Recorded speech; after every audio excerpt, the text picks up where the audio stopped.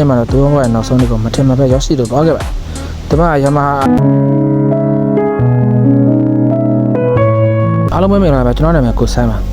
COG က channel တည်ထားတဲ့တယောက်ဖြစ်ပါတယ်ယခုတစ်ဆက်ပေးခြင်းတဲ့အကြောင်းအရာလေးကတော့ဆိုင်ကယ်ကိုကျွမ်းကျင်ပါတယ်ဆိုတဲ့မိတ်ဆွေတွေဖြစ်ပါတယ်ဘယ်လောက်ကျွမ်းကျင်ဘယ်လောက်ကြာတတိဆိုတဲ့ပိုးလည်းမရှိပါဘူးပြောရင်ကျွန်တော်ဗီဒီယိုအကြောင်းအရာတွေကိုဆက်လိုက်အောင်ဗျာတမကမ္ဘောဒီးယားမှာကြီးပြင်းလာတဲ့ကမ္ဘောဒီးယားလူတွေတယောက်ဖြစ်ပါတယ်